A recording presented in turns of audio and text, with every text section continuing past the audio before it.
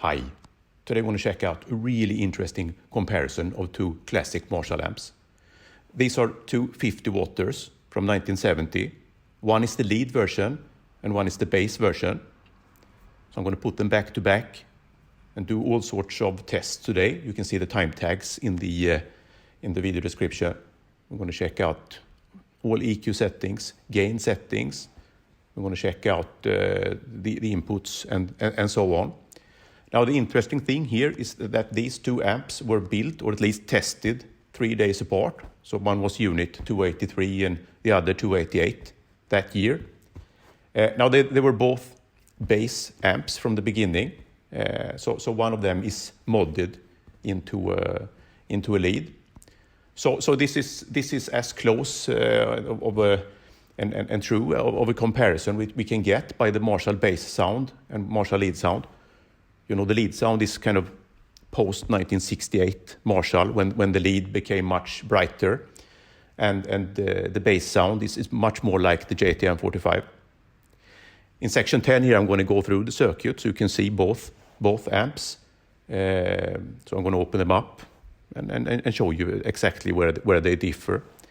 Then you can also see in the video description a link to a video where you can see how these circuits evolved from the kind of the ultimate or the original Marshall, you know, the Fender 5F6A Bassman, and how that became JTM45, and then how that became the 50 watt bass, and how that kind of evolved into the lead and so on. I'm going to use the usual Les Paul Custom Black Beauty from 2010 to do this. If you like the video, I'd love it if you would like to subscribe. But now, let's go. All right, in the first section, we're going to check out the gain on both amps. I'm going to set all EQ knobs to 5, and then I'm going to incrementally bring it up. Let's check it out.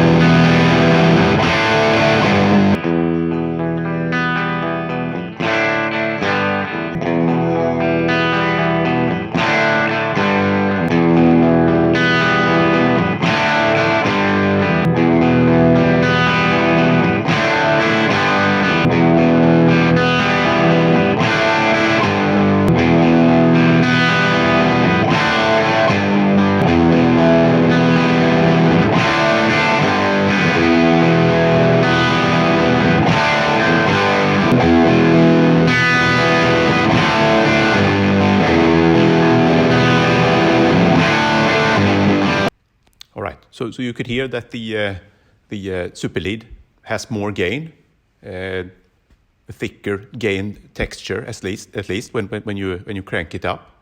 Now since hearing memory is kind of short, let's put them back to back also. First a clean setting, then the full volume settings.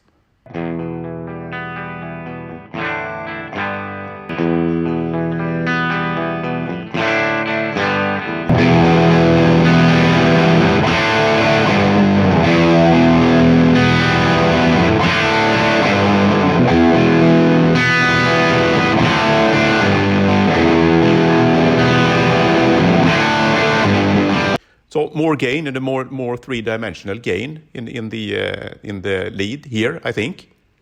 Now let's do the same for the bass or normal channels. So I'm going to play incrementally, bring it up for both amps, all EQ knobs on 5. Let's go.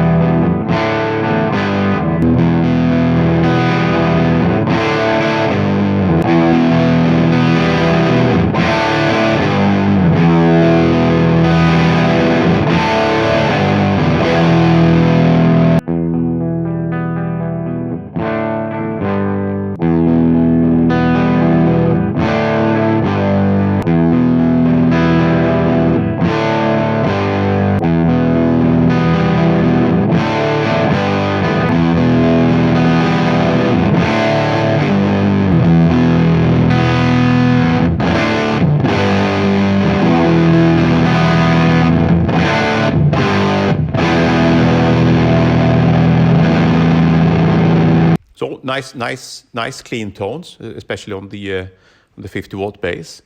As you bring them up, it becomes more fuzz-like. So it's really cool tones, but not as universally usable as the lead channel. Not at least for my tone. And let's put the cleanest and dirtiest back to back here as well, so we get a good comparison.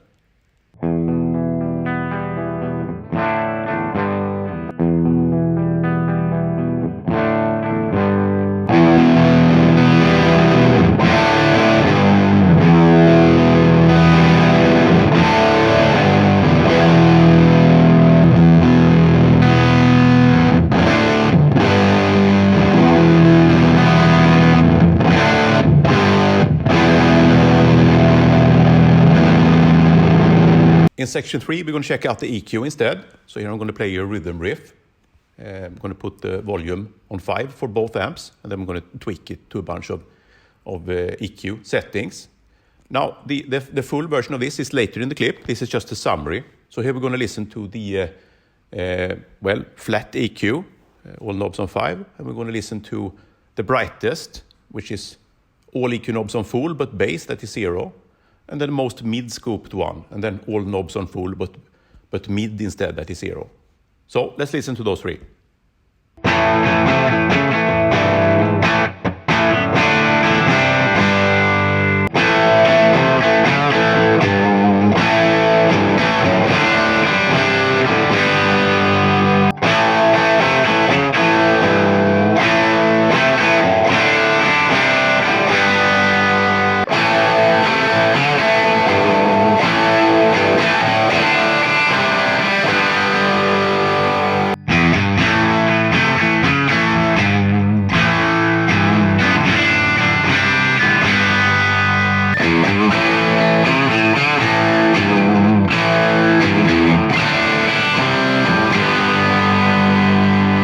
So that's kind of the entire classic Marshall JMP palette of tones. I think the difference between the super lead with really bright set and the 50-watt lead really bright set and the 50-watt bass with this most scooped setting, two really complementary sounds.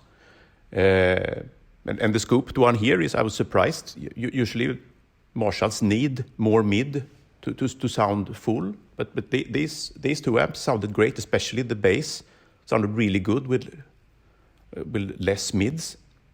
In the fourth section, we're going to do the same thing, but for a solo riff instead. And this is also the summary, so the entire tweaking of EQ for all settings is later in the video. You can see the time tags in the video description, so you can navigate there. But here in section 4, I'm going to set the volume to 8, and then we're going to listen to the flat setting for both amps, and then the brightest, and then the most mid-scoped. Let's check it out.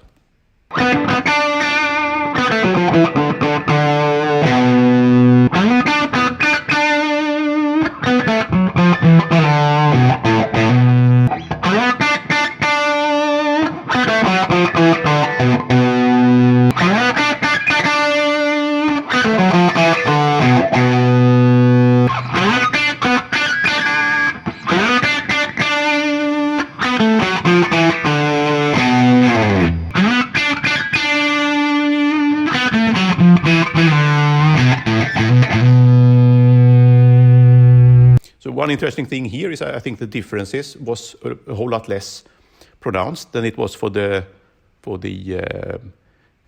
rhythm riff. Especially the scoop tones sounded less different from the mid-ear tones here. In the fifth segment, we're gonna look at cleans instead. So here I'm gonna set the volume at 2 for both amps, and then we're gonna listen to the flat setting, brightest setting, and the most mid-scope setting. And also here, the entire comparison of all EQ settings is at the end of the video. You can find it in the time tags. Let's go.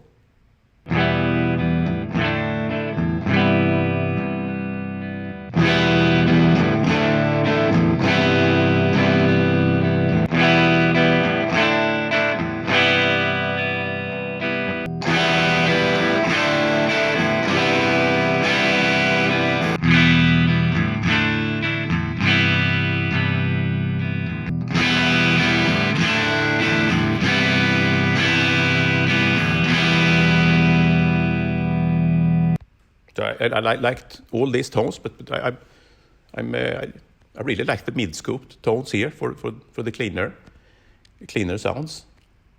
In section 6, we're gonna look at all 4 inputs. You know, you have 2 channels, and a high and low.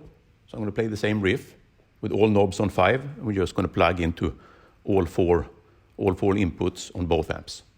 Let's check it out.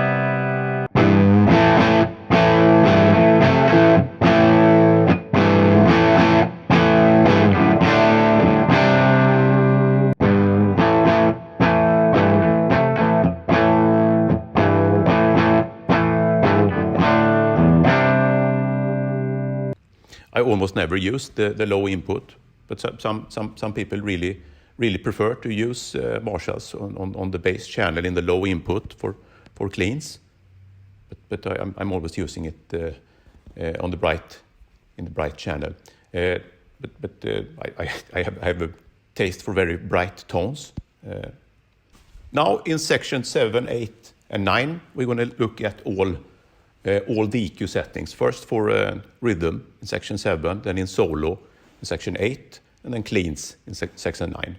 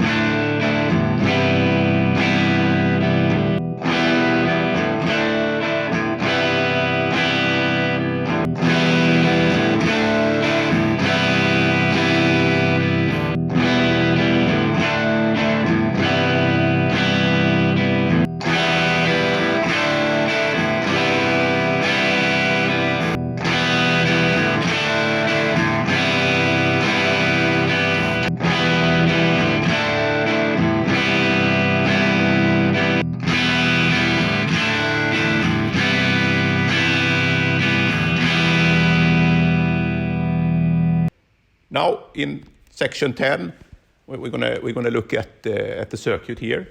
I'm gonna try to explain the difference. So we're gonna open up both amps and look at the board for both and see what are the difference and then what does that do for tone. All right, the first difference is in the first preamp tube. You can see here's the bass and here's the lead version. So this cap and this resistor is the same as that one. So this one has a shared cathode and this is splitted because here you have that one as well and resistor underneath that you can't see. You know, the first channel goes through that one and the other channel goes through that one, and they become very different because this resistor and preamp tube makes it really bright and MIDI and more gainy, and this is darker like that one. But since there are only one leg here, it's shared, so this one is much fatter than you might suspect that one would be. The second difference is in the coupling caps. You can see here in the bass version.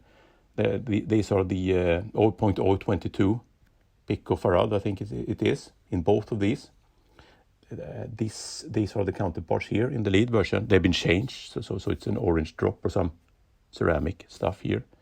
So this one is a bit smaller. The purpose of the coupling caps is to filter out DC going from the first preamp tube to the next preamp tube. You only want the audio signal, which is AC. But it also works as a high pass filter, I think. So having this a bit smaller, you get it's a bit brighter. Then the third difference is if you look at this is the first volume here. You can see it's a bright cap here, which makes this one brighter than this one. That's actually a pretty significant difference. Then you have the tone stack. So it's this resistor and this cap, and in this case it's that resistor and that cap. So they differ as well. So this is the bass tone stack with, I think it's 250 and 56, I think, and this is 533. I think at least. I think I'm going to print the numbers here so you can see as well. Then you have another coupling cap later in the circuit as well, where in the bass version these are 0.1, so they're also kind of letting through more bass, and these are the 0.022. And that's it when it comes to these two. Now check out the video description because there I have a video where I go through 10 really interesting Marshall circuits and see how they kind of compare. And I compare them all to the blueprint, you know, the 5F6A Fender Bassman from 1959. So you see kind of how the circuit evolved. So it's kind of interesting. This one, the 50 watt bass, is kind of similar to a JTM 45. So you can see how they differ there. It's relatively small differences. All right, I loved both these amps.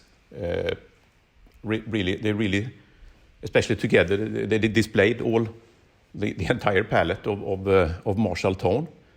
Can't go wrong with this. Although they feel great to play in the room, both of them sound great recorded. I think the super lead will fit much more nicely in most mixes. The super bass, it's going to be harder to mix that one. If you manage to mix it and not have it collide with the bass and kick and other low-end stuff, then you could get great sounds. But I think it's a whole lot easier to fit the super lead. That wasn't that different anyway, I think, here. All right. Now I want to know what you think in the comments. Cheers.